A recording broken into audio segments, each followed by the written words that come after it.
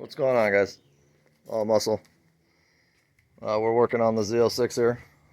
This is about to get wrapped up. Actually, I was going to take a video of it kind of midway through, but we didn't do anything special. We actually didn't take the body and lift it up off the frame like we usually do.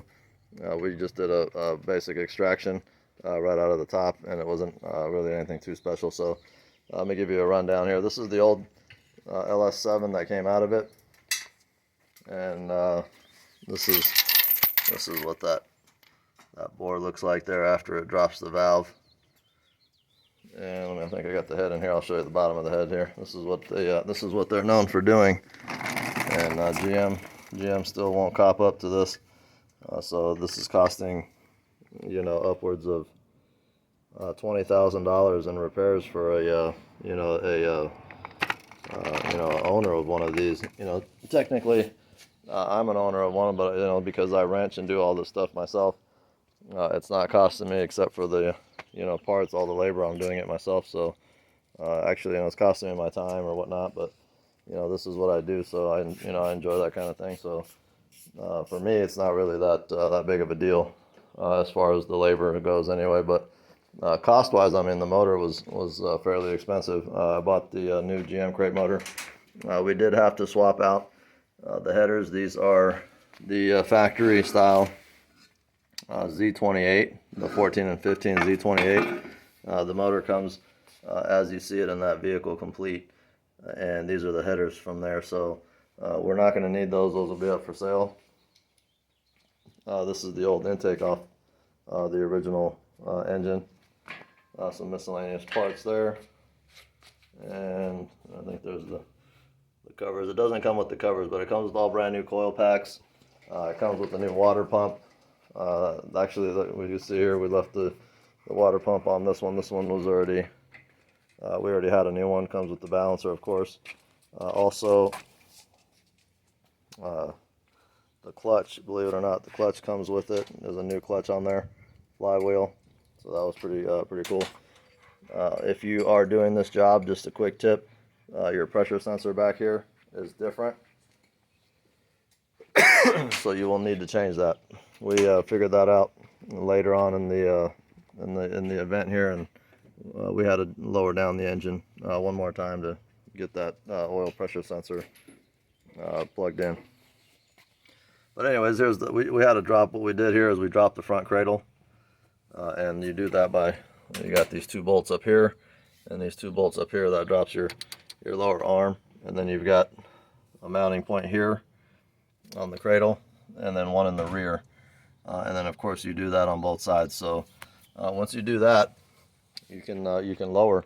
You can pretty much lower this whole assembly. I think you just have to take the top of the shocks off as well. I'll show you this side. So you've got these. Basically, here's your shock. So we've already taken that out. It comes right out of here. So you'll take that out of the top up here, and then you'll take these two bolts, and then you take those down. And then you can lower your front cradle. So now, not to put too much stress on the front torque tube and cradle from going at an angle, you also want to lower. As you can see, we've got the mounting points on the rear here. See if I can focus in. Yeah. So there's two mounting points on the rear, and then of course you can drop down these arms as well, and the shock there, and that'll keep you from stressing out the metal there, and kind of giving it a little bit more tilt. So anyways, we're getting ready to wrap this up. What we have to do now is basically, as you can see, we put the original factory headers on there.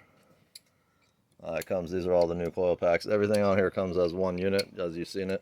Now, like I said, we're just gonna have to, obviously there's an alternator here that has to go, the complete air intake, and then a ton of wiring on the other side, vacuum hoses, and then what else? I think we're putting up the catalytics here next. We're gonna be putting up the catalytics. This is the catalytics here, and then your H pipe here goes up.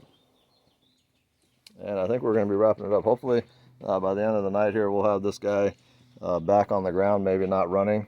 I still want flush the system because there was a lot of debris in here.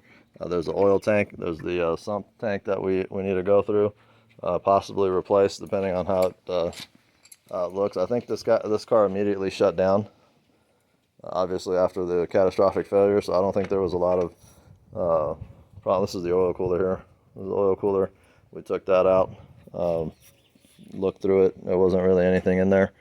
If you do find shavings in here, you will have to replace that. If you try to put that back in there, and you end up running the motor with, you know, a bunch of crud in the oil cooler, you will have a problem. But we emptied out the oil cooler and didn't see anything in it, and then we ran some air through it. Again, nothing came out. So I mean, I don't see the oil circulating in this car for too much, or maybe hardly at all after the failure. I mean, once you drop that valve, I mean, maybe 2 rotations and the guy shuts down. I mean, I don't know. I've never had that happen to me. So I mean, I know when you take that oil pan down and look at the bottom of this motor, there's going to be a bunch of broken metal and shit in there. But as far as like bearing style shavings or aluminum particles, I don't think it made its way, you know, all the way through the oil system, just because of the sudden shutdown that occurred. So anyways, we're wrenching away. Here's a shot of all the wiring. We got to get the computer plugged in and the fuse block back assembled and everything else like that. But that's you know, that's just little stuff now. Once I get the car running, we'll get the you know, we'll get a video of that and we'll show it to you.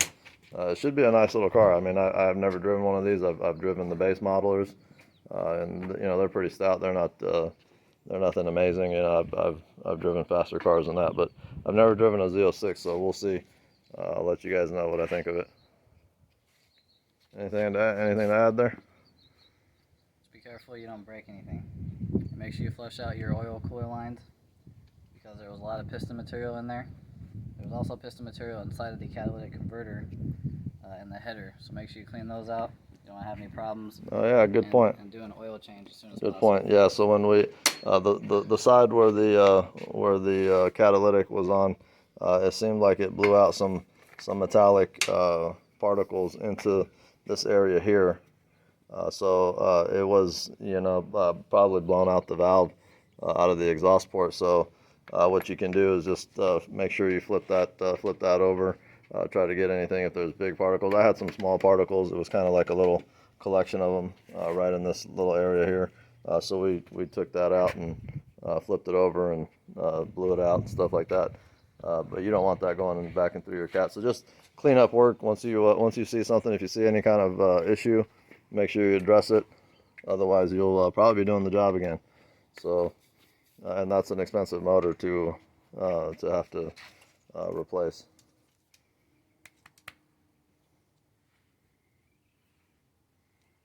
What the heck? How did he make it into the video, dude? What are you doing? He likes being in the videos. Oh yeah? Yeah. What a star. He gets a lot of work done around here. Yeah, he does. Alright. Anyways, guys, beautiful sunny day out here. We're actually getting some spring weather finally, and I've been kind of tucked away. The weather's been kind of bad. Real windy. I don't like working in the wind, so you know, when they get a beautiful day like this, I take advantage. So anyways, we'll see you guys on the next one. Be cool, stay safe, and I'll check you later.